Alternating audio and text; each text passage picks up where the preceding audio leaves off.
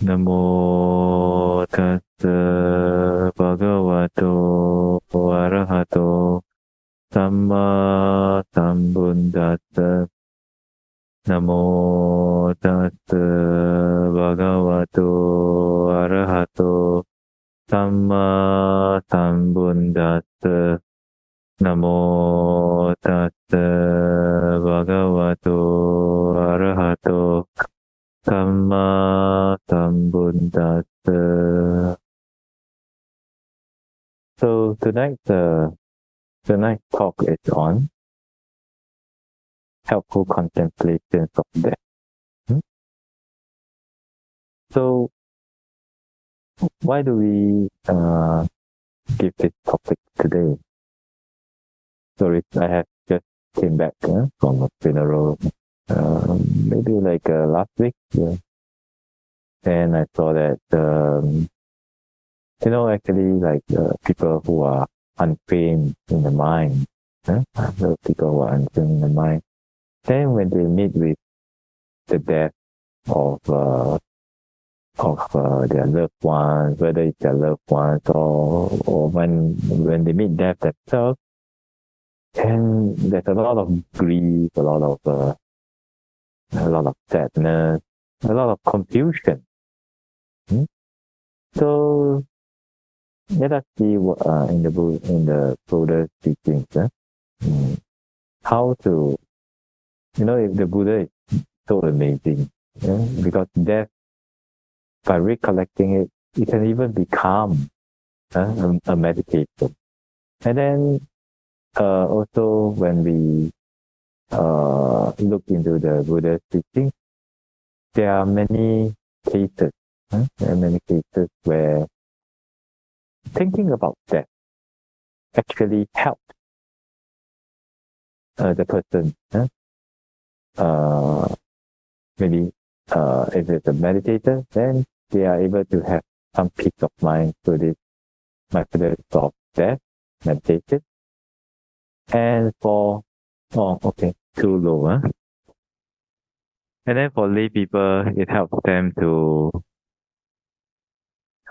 get over the death of whether it's their relatives or their close ones. Okay, then let's see in the Buddha's teaching, what are the helpful ways that one can contemplate about death that helps us to face death and maybe even to live better in this present life. Okay, so I'd like to start with the meditation on death, which is the recollection of death. Okay, Marananusati. So it's just for those who are interested, I think it's better to go and read up the Visuddhimagga. Today I just go through it quite briefly. Okay, then we see, and then from there we can see what we can learn from it that helps you in your present life and also in your meditation. So it is said that in the Visuddhimagga, those who want to develop this meditation, they should go into solitary retreat and practice attention wisely in this way. There are few ways they can think that they can contemplate that death will definitely take place. Death will definitely take place. Or they can think that or they can think, or they can contemplate that life is impermanent, death is certain, life is impermanent, like that. So there is a specific way to develop this meditation. Okay, because if the meditator they practice wrongly, for example, if somebody at the beginning chooses an agreeable person as their subject, then sorrow arises, isn't that so? Because maybe it's like recollecting the death it's like a mother recollecting the death of a child. And if they recollect about the death of their enemy, somebody that they dislike, then gladness arises. but the gladness is not so good, not so good gladness, because it's like seeing the enemy being killed already and rejoicing in the death of an enemy. So it's like it's there's some cruelty in that. Okay, uh, and then no sense of urgency arises on recollecting the death of neutral person. So it's just like, neutral person means people whom you are not close to and you don't hate. Neutral person. So it's like, oh, they die already. Okay lah. Then, so what? It's like none of your business. Okay, like that. So in all that, if one wants to develop this mindfulness of death or recollection of death, then they shouldn't develop first with these few subjects. They should try to think about some people, some beings whom they have seen enjoying good things. Okay, whom they have seen enjoying good things but are now dead. So I think I received a few pictures of a person. So this person was very rich. Yeah, he had like golden bullion and gold vault. Vault. Yeah, place where they keep their a very big place, like a super big. It's like a super big safe like that, where they keep all the gold billions, gold coins, and everything, all the gold. And then when he died, he was we saw the picture of him in the coffin. So the face was turning black already, and but still surrounding him, he was wearing all his gold and everything, gold ring, gold necklace, gold coins, all put around him in the coffin. Yeah, like that. And those kind of subjects are suitable for contemplation. Okay? Like that. And also anxiety arises on recollecting one's own death.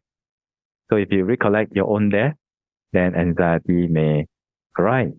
Okay?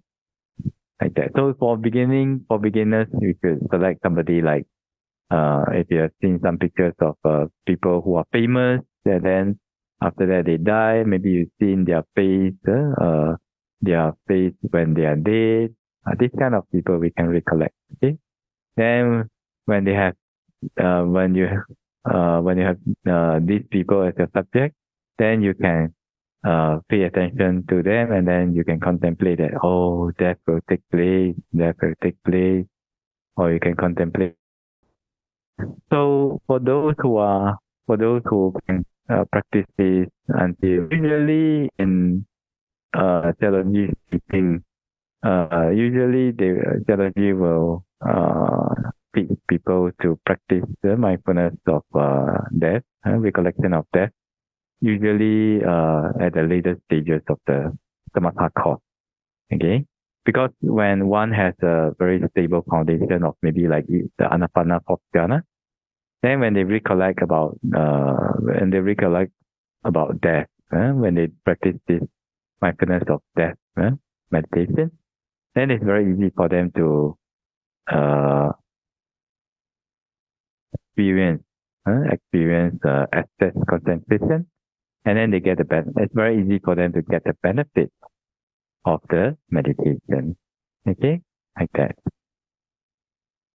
So the Visuddhimagga also says about there are 8 ways of if they practice like that, and then this simple way, if the simple way cannot, then there are 8 ways that one can recollect death. Okay, so maybe I won't go through the whole 8 ways. If you're interested, please go and read out the Visuddhimagga. Yeah, we'll just look into some of them, which are easier to practice. Okay. So one of it is the contemplate death as a murderer. Okay. So because death can happen at any time. So it's like it's like there's no God of death, but it's like if there is a God of death, then it's like the dagger or something like that. It's always aiming at your neck. It may just chop you off anytime like that, and which is true because in the Buddhist teachings there is this workings of karma, which is called destructive karma. So destructive karma can arise at any time. Okay, and can arise at any time when the conditions deem fit, then they arise. And even though a person may not have lived to the full extent of their lifespan, but they will die because of this karma, like that. Okay, so the yogi can contemplate it as death. Oh, it's like a murderer, Death is certain. Like that. And another one is the ruin of success. Okay, so to contemplate about the ruin of success, there's one phrase in the Visuddhimagga which I feel that is even when we contemplate it, maybe we are not practicing it as a meditation subject, but when we contemplate it deeply and repetitively, then the sense of urgency arises in us, and also actually just this recollection of death can help us to overcome the 5 hindrances in meditation. Okay, so what is that? And that is all health ends in sickness. Wonderful.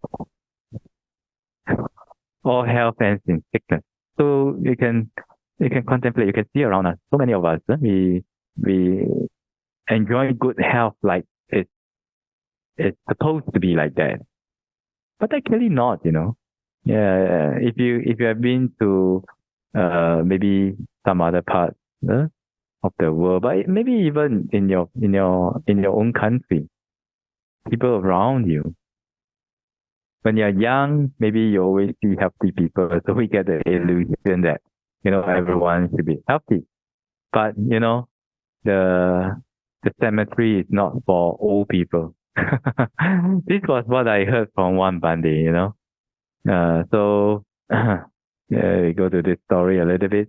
So there was this Bhante, a very respected Bhante, and then a very senior Bhante.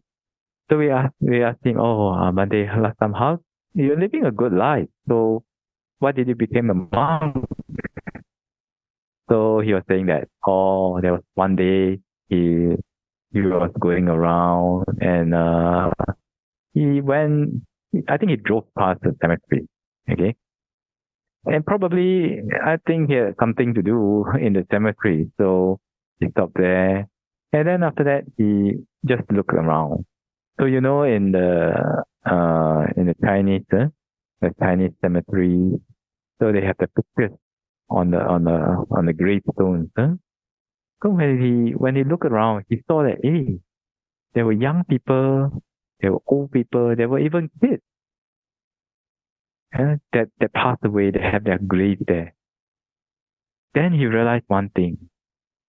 He realized one thing is that it seems that the cemetery is not just for old people. Cemetery is also it's for dead people. Not just whether you're old, whether you're middle-aged, whether you're a teenager, whether you're a kid, whether you're a baby. At any one time, one may pass away. And that aroused his sense of urgency. And then after that, he just decided, then this life, everything ends. Everything ends in death. So why all these, sensual pleasures? Why all these looking for luxury and all this work, all this name, fame, gain? It seemed very empty to him. Lack of essence. So that's why he became a monk like that. And coming back, so all health ends in sickness. All youth ends in aging. all life ends in death. All worldly existence is procured by birth, haunted by aging, surprised by sickness, and struck down by death. Oh, very well said, huh? Yeah. So when practically, how do we use this? Okay. So when we talk about death, one thing that we have to remind everyone is that if you contemplate about death and you're getting more depressed, getting more anxious, getting more sadness, then you should really find a teacher to teach you. Okay, and this is very important because during the Buddha's time, I think it was in the Vinaya. So some monks, they were contemplating about Asubha, repulsive meditation, and then after that, because of the influence of Mara, then they paid unwise attention, and then they went to commit suicide. So, but actually, it's not like that. Actually, if we follow some principles like given in the Visuddhimagga, and then when we know how to use this recollection of that to our advantage, to our spiritual advantage, then it is helpful. But if you feel that you're getting more and more sad, more and more depressed, more and more anxious, then you should stop and find a good teacher, an experienced teacher, to teach you about this mindfulness of death meditation. Okay. So let's think about this. Okay, if you are going to develop this mindfulness of death meditation, then you can contemplate like this and say, death, it brings ruin to success. So what is the essence of success? It's nothing. So I can let go. Death is certain. So we contemplate like that. So we can incline the contemplation to letting go. So for those who practice mindfulness of death, recollection of death properly, then they will experience that letting go. They will experience that. Of course, they will experience the sense of urgency, but they will also experience the sense of letting go. Because not worth it, right? You see, all health ends in sickness, all youth ends in aging, all life ends in death, all worldly existence is birth, procured by birth, haunted by aging, surprised by sickness, struck down by death. So anytime we can die, anytime. So what is it? What are all this?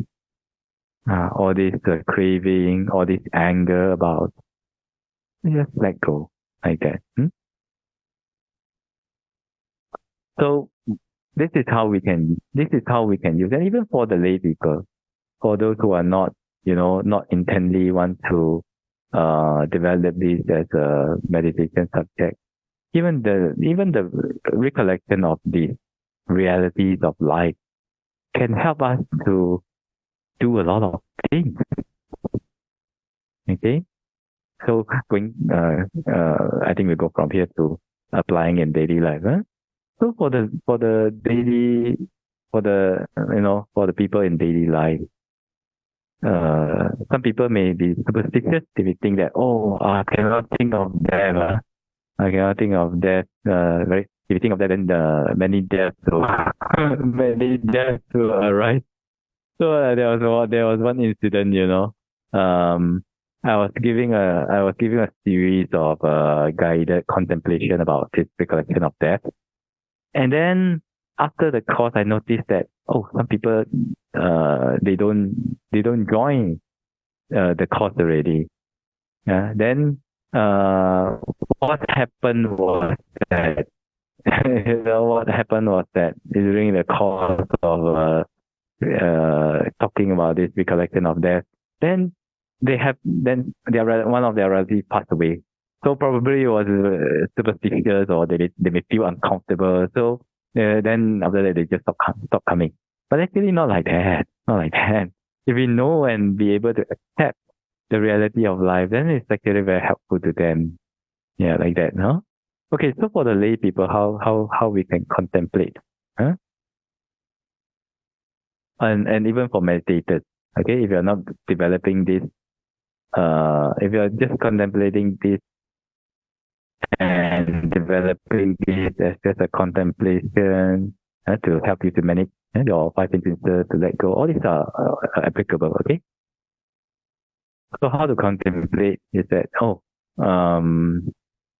first we try to develop to of course to famous people or rich people who are enjoying, and then after that their day, and if you get more and more used to it, okay, more and more used to contemplating about dead bodies, and maybe you have done a super recursive meditation, you're okay with recollecting about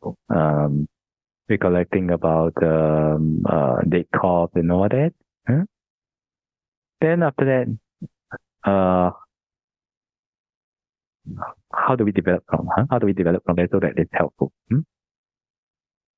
So if you're used to it already, then actually there's one challenging stuff that you can do. Okay. But if it brings you anxiety, then don't do it. This one has to be a little bit skilled one, and used to seeing dead bodies. And it may give you a little bit scare in the beginning, right? So how to do it is that when we recollect about a corpse, right? Recollect about a corpse. Then after that, using your Photoshop in your mind, okay? In your mind, using your Photoshop, you can Photoshop the face to your face, right? Photoshop the face to your face, and then recollect that death is life is impermanent, death is certain, life is impermanent, death is certain, like that. So when you recollect like that, the practitioner in the beginning they may feel a little bit scared. So scared, I may die. So this may be how when I die. So scary, like that. Then some people may feel like that. I think it's pretty normal because, it's given in the Visuddhimagga. Some people may experience anxiety if they think about their death, right? Yeah. But if they're able to get used to it and be able to accept the truth that one day they will be like that, right? If they're able to accept it through repetitive contemplation, through accepting it, through letting go of the attachment to their body, to lie, not like asking them to die, but the attachment to their body, like that. Then after that, they can incline their mind towards using the recollection of death, towards their defilement and their attachment. So many people say, Bhante, it is easy to detect and let go of anger, but not so easy to detect and let go of greed, craving, attachment. So what can we do? So actually, one of the very effective ways to overcome, to let go of attachment, craving, greed, is actually this recollection of that. Even in the contemplation level, so we talk about 3 levels. One is the meditation level, which just now we have mentioned. Just now we have said how to develop it, develop the meditation. Then the contemplation level is now what we are saying, how to contemplate it so that it's helpful to us. And then and then the lowest level is listening, the knowledge, the wisdom that we get from listening. Okay, so at this contemplation level, it is possible to incline our mind towards letting go, towards our defilement. So how to do it? For example, okay, if you're angry, let's start from the 5 hindrances. Okay, first is kamachanda, right? The craving for sensual pleasure, for craving for sight, sound, smell, taste, bodily objects of bodily sensations, and also the mind. Okay, so if those are unwholesome, and especially greed, objects of greed, craving, attachment, Then when we contemplate it, if you're gonna die tonight, okay, with the image there, if it's possible for you, huh? But if it causes anxiety, then don't do it, okay? Don't do it with the image, okay? But if it's okay for you, it's okay, okay? Then we can contemplate, if tonight I'm gonna die, then what for I cling to all these things, What for I crave all this? And think about all the trouble that you have done in order to enjoy these things. Enjoy what you see lah.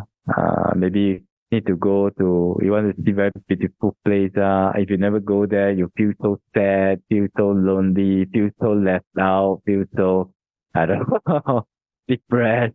It's so it's such a craver for sightseeing that you must go. Then you think about then if you go, you need to prepare, you need to earn money, and when you earn money, you need to bear with people's attitude and all that. Then after that, then you have to wait until the end of the month. When you get your salary, then you go. Like that. Then you fulfill your craving. Then you are free from the suffering of the craving. Oh, very suffering, Then if you recollect, tonight I'm gonna die. Why all this craving? What's the essence to it? Okay lah, see already, so what? See the law, so what? Isn't that so? Then when we contemplate like this, we can let go. Sound also. The best concert that you have. How many best concerts can you have in your life? If you're gonna die tonight, do you still want to die with that craving, that thirst, that unsatisfactory feeling in your heart?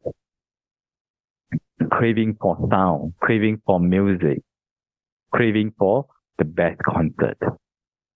What's the essence of that? For what? Yeah, you get to listen to that. So what? So life is impermanent, death is certain. Then you can let go. Okay?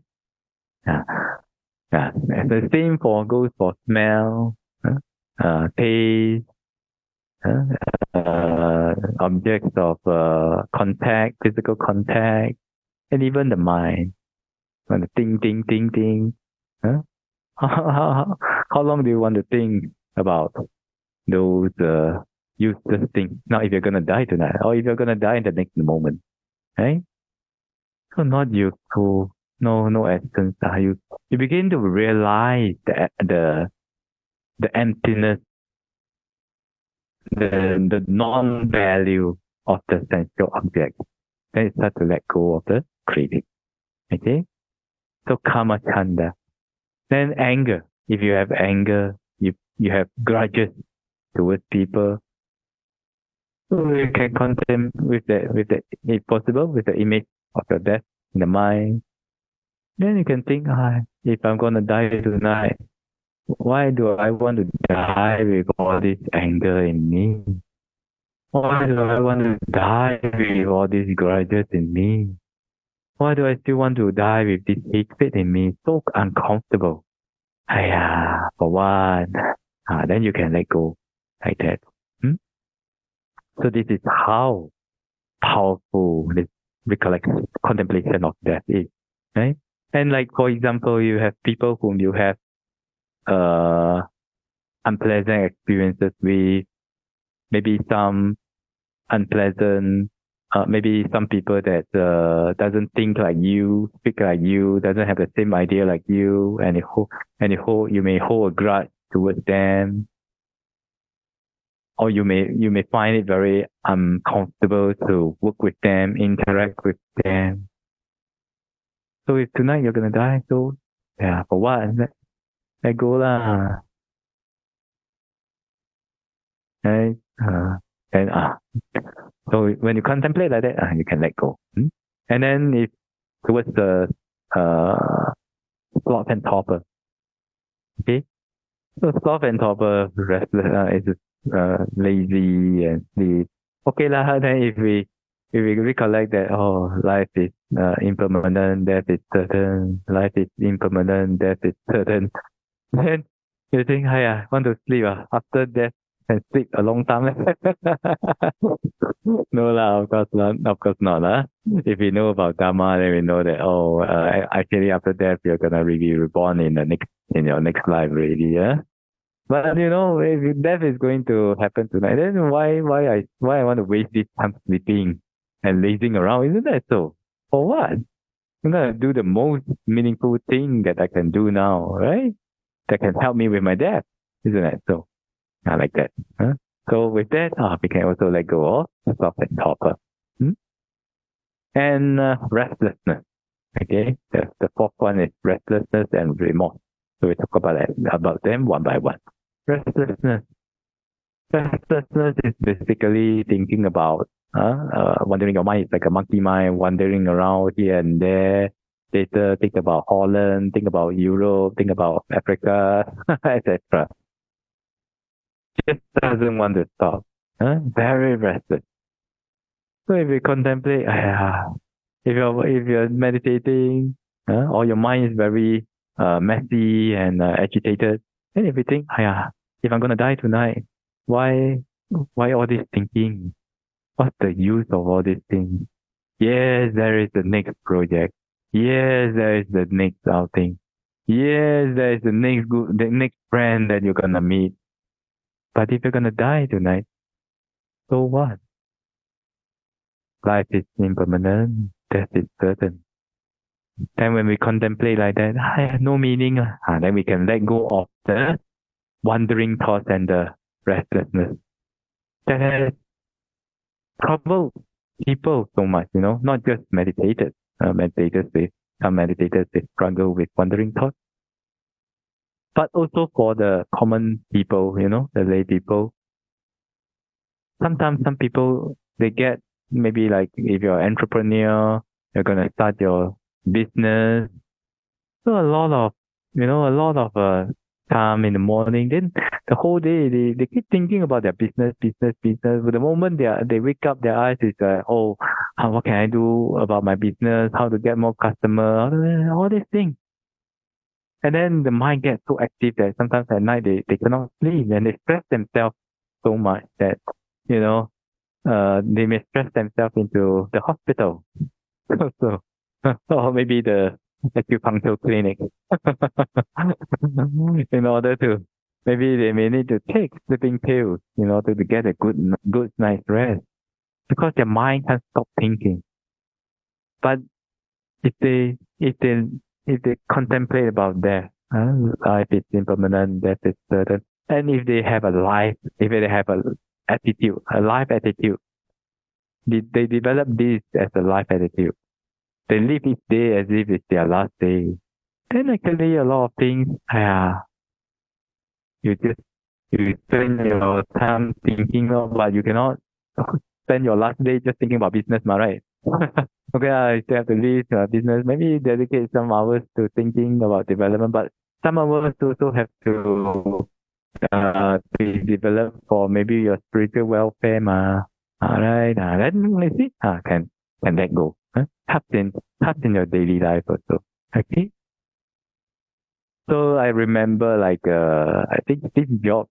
Steve Jobs was one who I can't really remember the memories by Vivek, but he mentioned I think in his biography or something like that. He mentioned something like live each day as if it's your last day, and I think he has this routine that he do every day. Like he contemplates that if it is last day on earth, then what is he gonna do?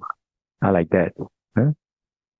So even whether you're Buddhist or whether you're atheist or something like that, if we recollect about that in the right way, that doesn't bring you anxiety, depression, sadness, etc. Then actually, and we know how to use this contemplation of death to our advantage, then actually it's very useful. Okay. So this is how we can use contemplation of death to overcome restlessness, and then also to overcome remorse. remorse usually happens when you did something wrong or we didn't do something that we should do. Okay, so there's regret and remorse, the feeling of regret and remorse. So how can we use this contemplation of death to overcome this remorse? Well, in order to live a life without that has less regret and remorse, we can think like this: oh, tonight I'm going to die, maybe, and life is impermanent, death is certain. So at that time, at that moment when this incident happened, okay, like when you did something wrong or you found out that you didn't do something that you should do, like maybe being kind to your parents, etc. Then we can ask ourselves, did we live to the best of our wisdom at that time? Maybe at that time you didn't have any wisdom because you were swallowed up, overcome, engulfed in negative emotions. Okay, but at that time, was that the best thing that you could do really? Under the influence of greed, under the attack of greed, under the attack of anger, was that the best thing that you could do already? If that is so, then okay lah. So it's like if your kid, okay, if your kid, some of you have children, if a kid, his or her capability is only being able to score 10 marks in an exam, okay, in a specific exam, then the thing to ask is, if they score 10 marks, the thing is to ask is, okay, did they try their best already? Did they do to the best of their capability already? So if they scored 10 marks and their capability was 10 marks at that time, then they've already done your best. Well, of course, it's not like we encourage your kids to fail. Don't ask your kids, oh, okay, you fail, okay, never mind. Not like that, huh? But rather it's the acceptance that, okay, they have done their best. Work harder next time. Find new ways. So it's not asking your kids or asking ourselves to be passive, okay? Rather it's to let go of that negative emotion of remorse and regret so that we can have a clearer mind to find out ways to improve, to work harder, to work smarter, to work better. Like that. Alright? So life also like that. When we ask ourselves, we looking back at our past. Okay, was that the best that I could do at that time? Did I know other better ways? And then if I know better ways, then I didn't do it. Then next time I do it lah. If I didn't know any other better way, that was the best way at that time, then there's a life lesson that I have to learn, no? Be better the next time lah. Hey, don't stop, okay, accept, then don't do anything. No. Be better the next time. Remember to be better the next time, like that. Yeah.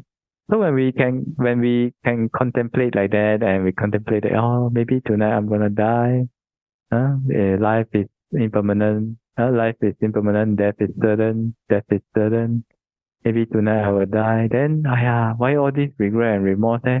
That time I already done my best already, ma.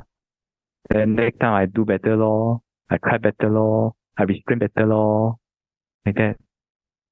And if I have to forgive myself 10,000 times in order for me to improve, so that I pass the exam, I pass the difficulty, then I have to do that lor. Social kindness, compassion, and giving yourself chance to proceed, to go with the process of improving. Alright? Like that. So that is how we use this contemplation of death to overcome remorse and regret. And the next hindrance about doubt. Okay? Doubt. So if we can contemplate, okay, life is impermanent, death is certain, tonight we may die. So why all this doubt? Okay, you may doubt that what the Buddha say true or not, got next life or not, or uh, then got this and that or not. Just try lah. One way to overcome doubt is to just try, to experiment with it, do it. Let your experience be the proof. Just do it, right? If you doubt 1 hour, if you can get a better result. Okay lah, you doubt, but you doubt. I don't think doubt for 1 hour, 2 hours, 3 hours cannot get a better result one ma. So rather, it's just to do it. Just like Nike, just do it and try it out. Okay, even if there's no future life, but if you practice meditation, you can verify it with your own knowledge. But maybe a person who's very skeptic, maybe there's no next life, ma. But at least if you follow the Buddha's teaching, this life you will be happy, ma. If you do it correctly, like that. So with that, this contemplation about death, you see how powerful it is. It can help you to let go of the obstructions of your meditation, and when your obstructions are lesser, then actually your mind gets more and more peaceful. You have that feeling of coolness in your mind, in your heart, because of the purification, or because of the letting go of these 5 hindrances. Okay? So another way that we can other things that we can apply to this contemplation of death is also towards attachment to ideas. Some people, they are very strongly opinionated. Attachment to ideas, attachment to feelings, attachment to how people should think about them, how people should speak about them, how people should see them. Attachment to people should smile at them when they pass by. Wow, peang ơi. So suffering, So if you don't want to suffer from your attachments, then you can apply this contemplation of death to it. You can contemplate that, tonight I'm going to die. Life is impermanent, death is certain. Tonight I'm gonna die. Hey, then why attach to all these things? What people want to say lah, what people want to think lah, what people want to do, how people want to behave towards me. Let it be lah. Why I want to die with this anger in me because of attachment? Because if people don't fulfill the attachment, usually the normal reaction is anger, like that, or sadness, or negative emotions. So why do I want to have negative emotions? Because of this attachment to people, how people should behave, speak, feel, think of me. Life is impermanent, death is certain. Let go lah. Why if it's my last day on earth, why I make myself so suffering, right? Why I want to control people, control. Never mind. Let go lah. Like that. And when we contemplate like that, we can let go of the attachment. So some people say, Bhante, I want to let go of my attachment. But cannot leh. Why cannot? Of course cannot lah, because we never contemplate about the reality of life ma. We always think that people, issues, things are permanent, happy, have a self, and beautiful. But actually, these are all delusions. People, things, issues, etc. They are impermanent, suffering, non-self, and repulsive, not so beautiful. That's how we purify, especially attachments and cravings. Okay. So this contemplation of that very, very helpful, very, very helpful for us. And when you contemplate about this long enough means a few years, few months, few years, etc. Okay, then you have a lot of benefit from this. We'll see what the benefit is, what the benefits are if you develop this as a meditation subject. Okay, if one develops this recollection of death as a meditation subject, okay. Please wait. So they will be constantly diligent. They acquire the perception of disenchantment with all kinds of existence, etc. So they conquer attachment to life. Okay, so this one we have to understand. When you conquer attachment to life, doesn't mean that you go and take your own life. Okay, so very seriously, I have to say, conquering the attachment to life doesn't mean that you go and take your own life. Not like that. So okay, so if anyone go and take your life after this talk, it's not my problem. You have to understand it wrongly. Okay. So conquer attachment to life means that okay, whatever happens to you in life and whatever happens, then there's this drive. We don't get upset anymore. Okay, and then we can also understand it as as understanding, because of understanding the reality of the rounds of rebirth. So there is more drive to purify ourselves, okay, and then to purify and to practice samatha vipassana meditation diligently to be able to get out of this round of rebirth. Because very suffering one, some meditators whom they have discerned their past life. So at one life is a Deva life. Deva life, enjoying everything. Wow, maybe Rod Stewart concert every day, things like that. Then when their lifespan, when the heavenly beings, their lifespan has reached the end, maybe they may be reborn the next life even as an animal, maybe as a pig, as a small piglet. And then we are not able to understand this because we are in that life.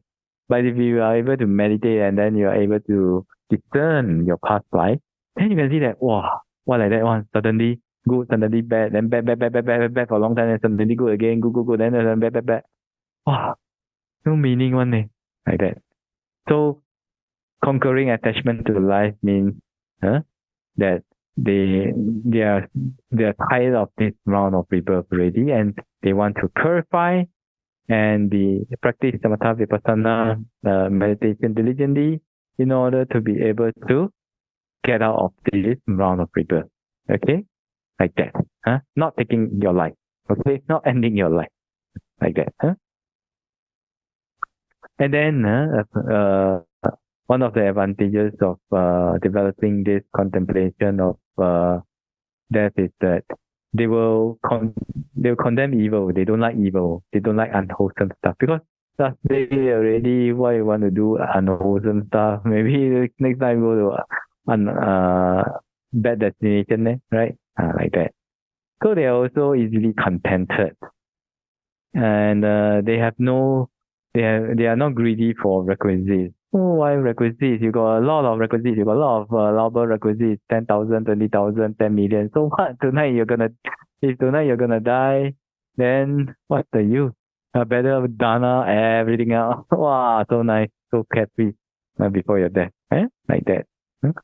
And the perception of impermanence grows in him. Following which there is a perception of pain and non-self, or suffering and non-self. So people who have developed this contemplation of death, they understand that life is permanent, death is certain. Then if everything is impermanent, then there's no need to get attached to it, like that. So it's very easy for them to let go of the attachments or any defilements in their mind, like that. And then especially when they face death, especially when they face death, or especially for themselves, then they will not be confused.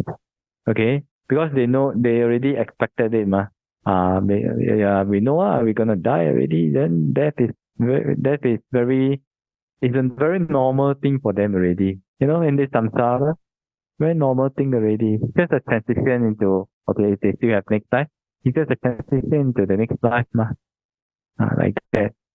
So you're gonna have maybe your relatives or what still here, but their time haven't finished, So this is a scenario that we will definitely have to meet up with.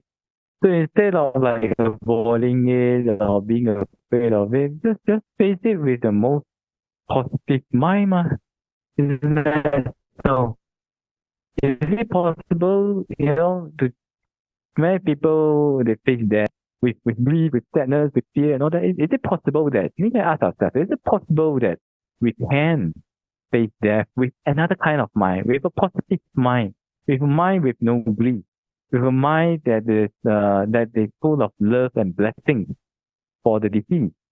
Is that possible? And with a mind that is not sad, and with the deceased would want you to face their death with. Is it possible? Yes, it is possible. Right? I've heard a few talks about that. That's what there was this Bhante. So he was talking about a funeral that he attended, and over there, at the request of the deceased before the person died. So he asked them to play all the happy music to the people who came to the funeral. Right. Then during the funeral, so they were playing all this very happy music, and people were not sad because they understood that the deceased wanted them not to grieve. They wanted them to live happily, live well. So for those for those of us who have sent our relatives or loved ones to the next life already, then think about it. How would you want? How would your departed relatives want you to live? Would they be happy seeing you grieve and cry and everything? No.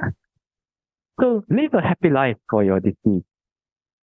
It is possible, And in some parts of Thailand, according to the Bhante, in some parts of Thailand, whenever they had a funeral, then some villages in Thailand, then they didn't grieve. They didn't grieve. But in fact, it was like just a normal occasion where everyone get together and remember about the person's good deeds and all that, and then it's a memorial to the deceased. So because of conditioning, and because of our defilements, we all might have a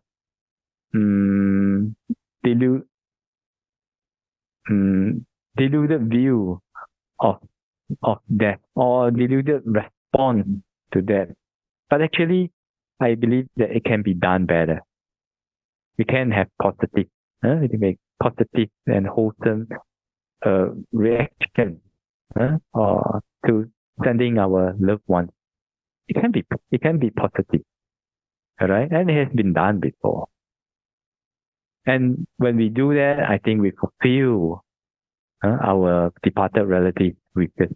Isn't that more wonderful? Fulfilling their last wishes, right? So yeah, and so how do we do it? Like people say, but I know I shouldn't grieve. I don't want to be sad because I know my husband or my wife doesn't want me to be sad, but I can't. It's just there. Okay, I mean, don't fight it. We can have wise attention to it. But if during our daily life, if we always have this contemplation about death, and we contemplate that, life is impermanent, death is certain. Yes, we'll be facing death. Definitely. Then we gradually can let go of the attachment, and because we know that we have limited time with our loved ones, then we cherish the time with them, isn't that so? Cherish the time that they are with us. Cherish the memories.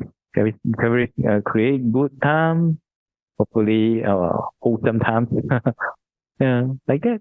Then, so that when they die, you understand that, oh, thanks for being with me for all these years.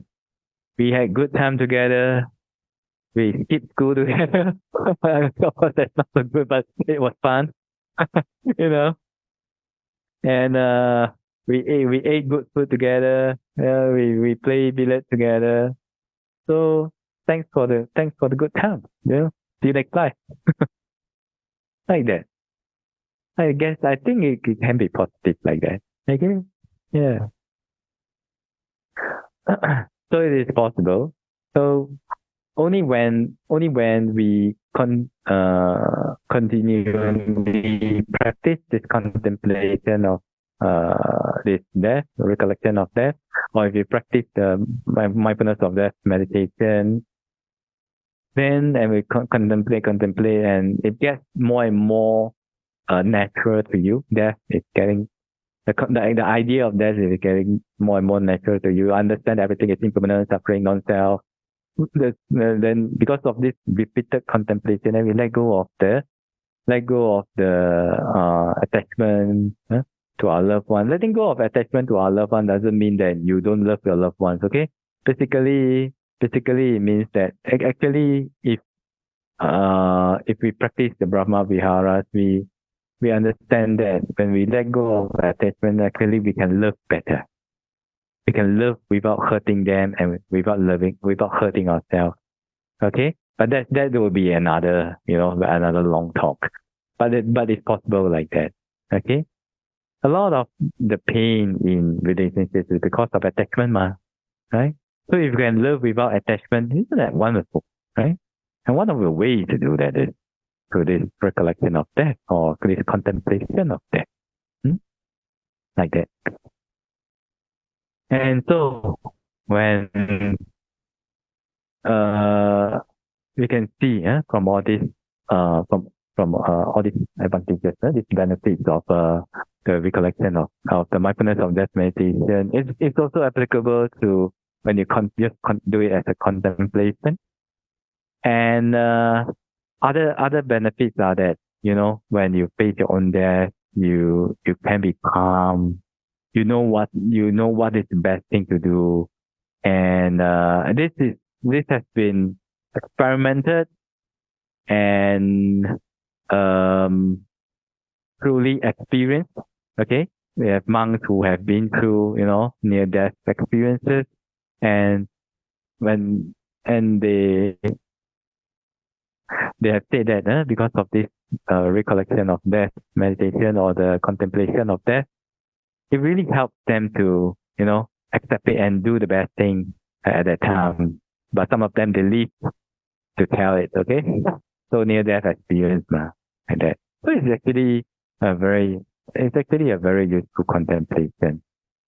So if for those who contemplate, who practice this as a daily practice, I know that in Sri Lanka, in our monasteries, in Nauyana, Gaudua, many of our teachers, they encourage the meditators to practice this mindfulness of death meditation, or this contemplation of death every day, and not one day, not 2 days, not 3 days, every day. Okay, and because it's included in the 4 guardian meditation, so they practice every day. So it helps them to purify a lot of defilements. very gross defilements, like the five hindrances, like attachment and greed and craving. Okay, when practiced correctly. Okay, so I have to emphasize this when practiced correctly. So if because this talk is going to be in the public domain. So if you heard this talk and if you practice and if you find that you get more anxious and get more depressed, get more sad, get more nervous, you may have a panic attack. And at the first sign of these negative emotions, stop immediately. Go and look for somebody go and look for an experienced practitioner to guide you along. Okay, but if you're okay with it, then you know and you're able to experiment with it and able to use it to your purification, your spiritual welfare, your letting go, then by all means just practice it. And hopefully every day. Because even for like, I was like saying that tonight you may die, so why all this attachment and all this craving? Actually the Buddha that is not the Buddha standard, The Buddha standard is that maybe the next breath you will die already. So why all this craving and all this attachment and all these things?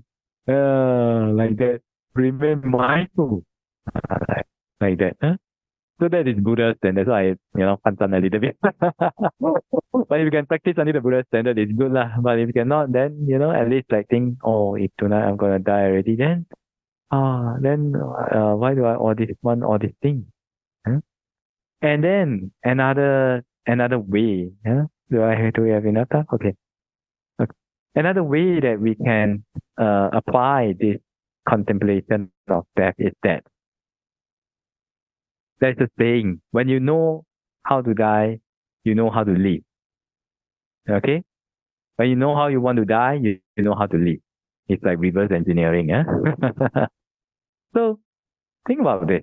Okay, if you live every day like it's your last day, of course you will learn to set your priorities right. Isn't that so? You will know what are the priorities in life. You will know how to manage your priorities in life. And if you do that 1 day, 2 days, 3 days, maybe you're not gonna die tonight, but you think like you're gonna die tonight. You live like it's your last day on earth. And if you do that 1 month, 10 months, 1 year, 10 years, 20 years, 30 years, maybe 50 years, if you look back, definitely I can tell you that you will have no regret in life. Because you live each day like it's your last day already, you're ready to go anytime already. So make the best use of your everyday already. You make best use of your everyday for 50 years.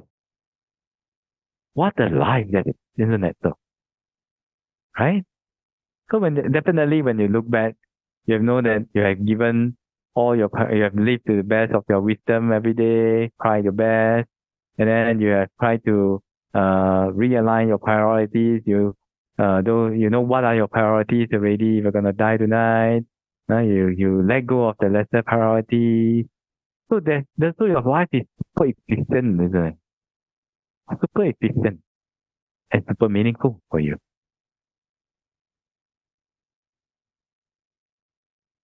So when we practice this contemplation of death, and it gradually becomes a life value of yourself. It becomes how you live, and we apply it to our daily life like that. Then actually it has this benefit also, living your life to the best every day, because you're gonna prepare yourself, right? You're gonna prepare yourself. If you're gonna pass away tonight, isn't it? So this is one way that this contemplation of death, a contemplation level, this contemplation level can help us with our daily life, okay? And also for meditators, especially for meditators and, monastics, and whether you think, I don't know how long I'm gonna ordain, like that. never mind, just practice. Maybe you can do some recollection like that. Then gradually you understand, hey, actually go back for what? You know, I'm living the best life every day, keeping my precepts, being of a benefit to others as a field of merit, servicing, doing service to the community, and trying my best to meditate. Sometimes I cannot meditate. I just continue to immerse myself in wholesome mind state, developing good qualities, trying to be a good person as much as I can this life, a kind person, compassionate person, gentle person, patient person. I need to work with that patience myself, but patient person. Isn't that wonderful, right? Happy person, especially. Then your monastic life is very meaningful, like that. Huh? Okay, so uh, this is how this recollection of death, this mindfulness of death meditation, or whether you're doing it at a meditation level or contemplation level, very very useful. Okay, so hopefully tonight's talk is able to inspire everyone to not to go and end your life. Don't go and end your life, but rather to look at death at another way, in a more positive way, and then to use this to be able to apply this concept of death, whether it's meditation level or contemplation level, to your own life, to your meditation life, to your meditation itself, and hopefully everyone will be through this contemplation of death or meditation on death, be able to let go of a lot of craving, let go of a lot of attachment, let go of the five hindrances, be able to experience the coolness in the mind, calmness in the mind, the letting go in the mind, and ultimately be able to continue the practice and vipassana meditation diligently, and purify ourselves diligently, and ultimately be able to let go of all grudges in the mind, live an eneminess life, and gradually and ultimately be able to attain path, purification, and nibbana as soon as possible. So that's the talk for today. May the Super Gem bless all of us to be able to achieve all the things. Sadhu, sadhu, sadhu. Okay. Okay. So with that, let us channel it. Oh, no question, huh? Can have a few minutes for question, huh? 2 minutes. Can. So you can. Okay. Contemplation at die tonight can remove regret. What if at that moment a regret arises? I was always afraid at that moment. That moment memory is what I have done wrong arise. Well, because if you know that if you contemplate that you might die tonight, right? Then we want to die. You want to die a peaceful death, right? So if you want to die a peaceful death, then of course, then we try to think, okay, yeah, is there anything that I regret? So regret usually comes from some things that you have done wrong or some things that you haven't done, So because of the recollection of death, then we have to think, oh, if I'm gonna die tonight, I have to let go of regret. So how do I remove regret? Oh, then by asking ourselves, have we at that moment, the things that we have done wrong and the things that we haven't done, have we lived to our was there a better way that we could have done at that moment? If there wasn't any better way that we could think of at that moment, at the past, when the incident happened, right? Then that means that's the best wisdom that we have already at that time. Maybe there's no wisdom, but that's the best that we can do at that time already, right? So if that's the best that we can do at that time, okay lah, then just learn from it, and the next time I encounter this incident, hopefully I will react better, lor, like that. Okay, then you let go already. Okay. Then if there's something that you should have done that you didn't do, then okay, then now is there a chance to do? If there's no more chance to do, okay lah, then that means is there any other things that I could do? Okay, like for example, okay, give example more easy. Yeah, if you want to be good, we should have been kind, helpful to maybe your parents or your friend, maybe your friend. Okay, but you didn't do it. So coming back in the present, okay, I didn't do it at that time. I should have done it. Can I do it now? Okay, if you can do it now, okay, then do it lah. But if now cannot do it because maybe pass away already, like that, not able to contact already, not possible to even find already, okay lah, then I will be kind to my friends the next time. Those in the similar situations, I will do that. I will be kind, I will be helpful. I will learn to sacrifice my effort, sacrifice my time to make effort to go and help, lor. Then in this way, you kind of like, your mind becomes balanced because, okay, we learn from that, and then we become better to people in the future. So the mind becomes balanced like that. Maybe balanced like that in this way. Okay? So in this way, it is in this way that this contemplation about death triggers us to let go of our regret, like that. So what if at that moment regret arise? So if in our daily life we continue to contemplate about death, and we continue to do the contemplation like that just now, living a life without regret, like what I answered to your first question, and then after that continue, and then it becomes a habit, and your mindfulness become powerful.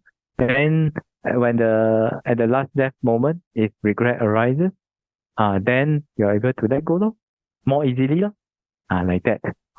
Mindfulness, strong mindfulness, and making it into a habit is always very, very helpful for last death moment. Okay, like that. What if at the death moment mind is very weak? What's the object to keep the mind wholesome?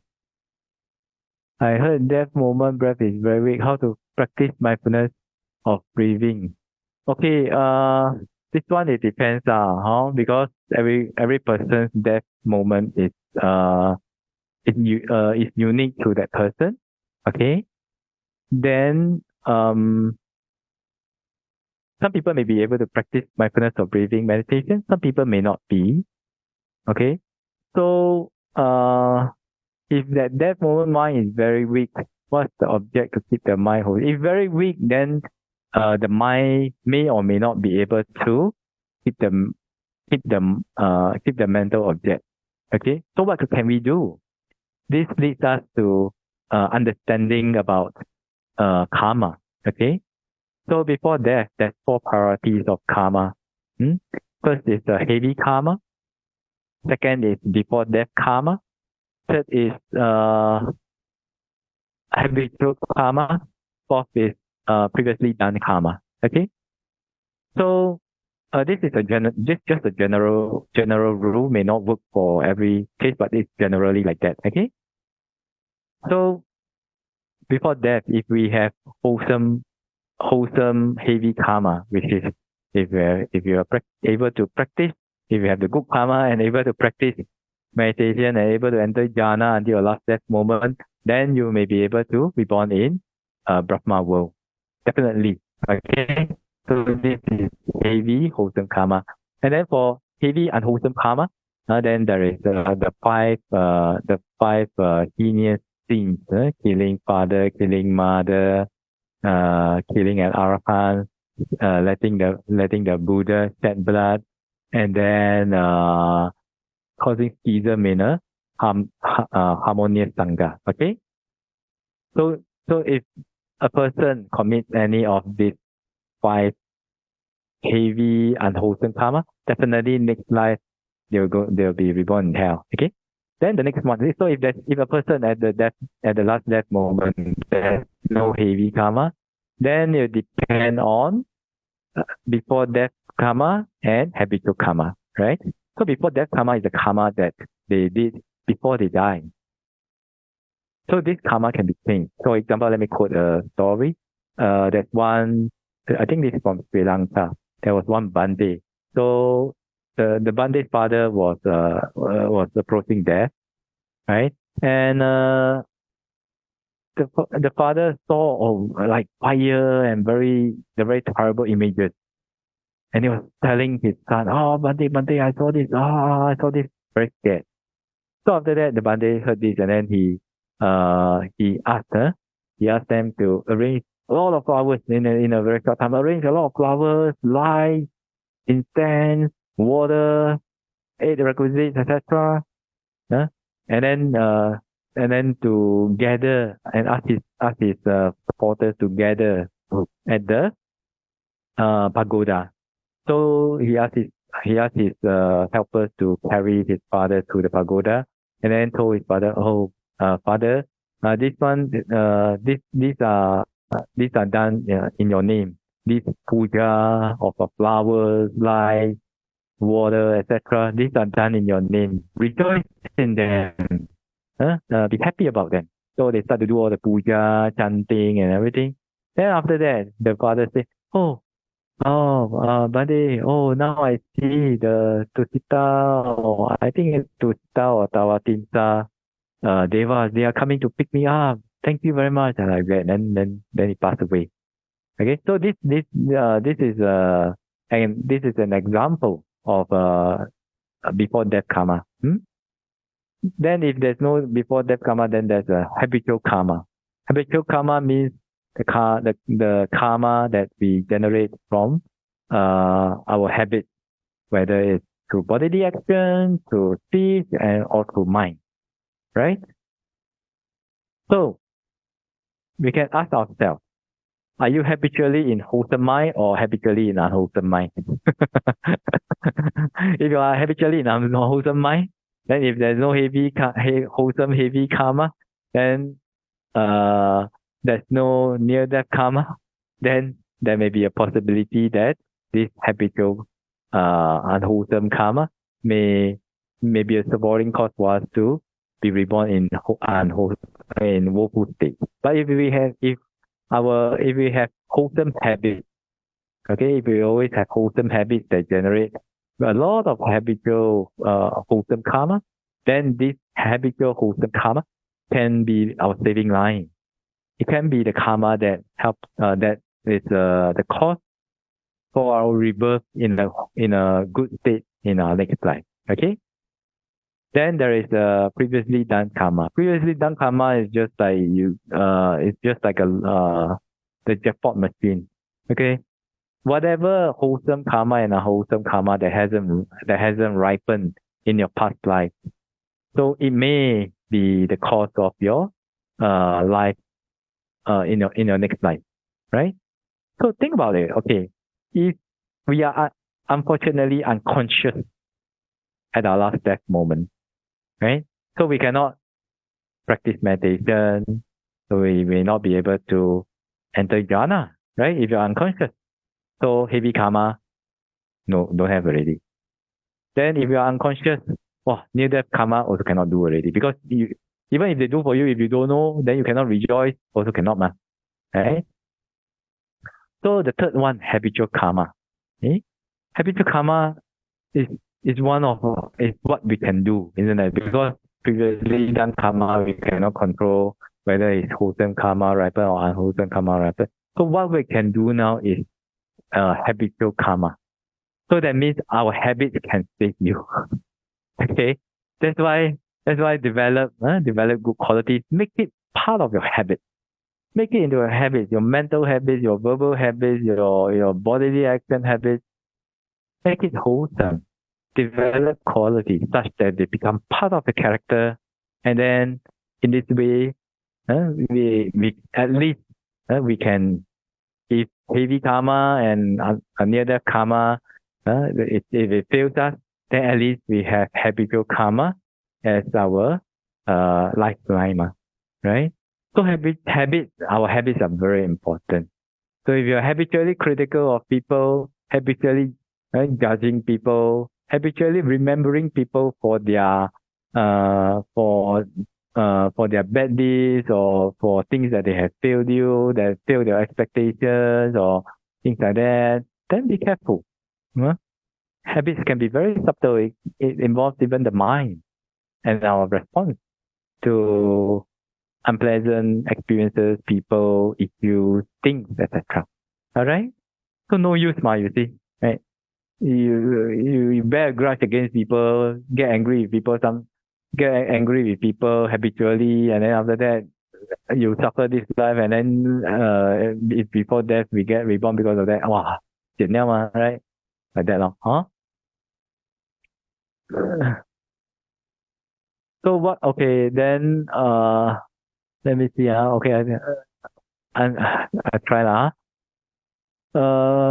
Near not third one near death karma. No. Second one near death karma. Third one is habitual karma. Huh?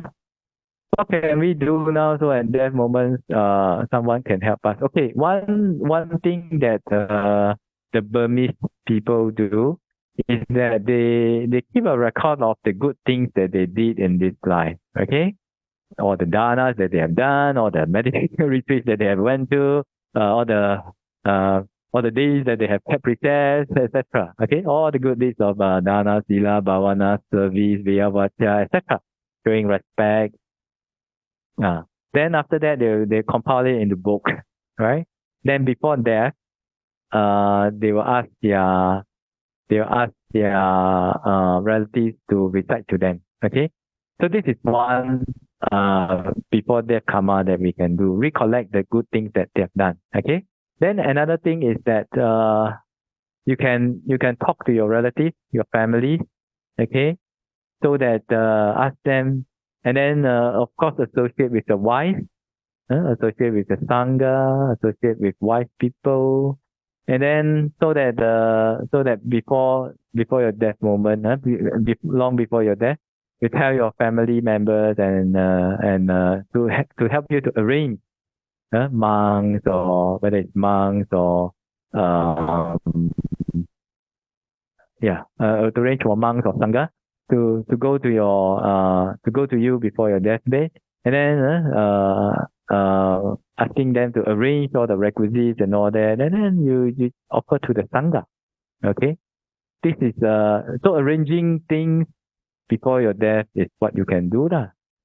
So but you want to know how to do right? So if you're unconscious, okay, so what you should do? So if you are still conscious, okay, then how you should arrange? Maybe you want to offer to the pagoda, or offer to sangha, up to you lah. But can liaise with your relatives or your family before you die. And which is I think it may be a little bit difficult for very traditional Chinese families, because death is like a taboo subject to them, even like the mentioning of it is like considered unlucky. But it has been experimented and shown that and according to an advice from one very famous counselor, it is his suggestion is that it is better to discuss about this before they pass away, and even sometimes even before they fall sick, take it like a coffee topic, a topic that you can talk over coffee or something like that. It is better to talk about it when they are still alive and kicking, because like we say, life is impermanent, death is certain. Disaster can hit any time. Death can hit any time.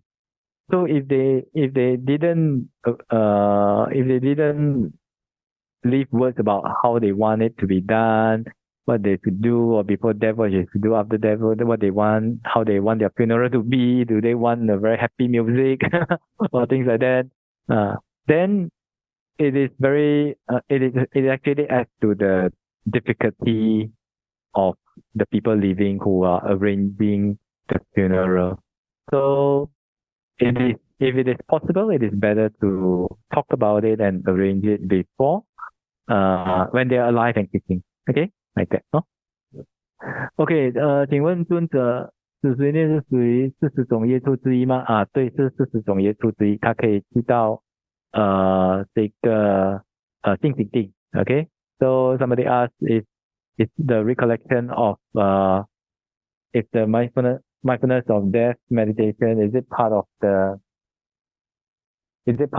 40 samatha meditation subject? So the answer is yes, it's part of the 40 samatha meditation subject. It is contained in the Visuddhimagga under the Anusati Kamatana, which is other recollections as meditation subject. Okay? Okay lah, can hopefully answer all your questions Okay, so let's jam it lah, It's also getting late. Etavata chamehi sambadang punya sambadang sabbe deva numodantu sabba sampadisiddhya.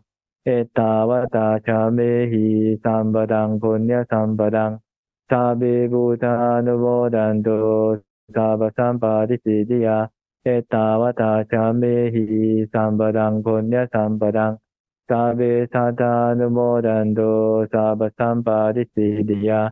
Idame nati namotu sukita hontu nyatayo. Idame nati namotu sukita hontu nyatayo. Idame nati namotu sukita hontu nyatayo.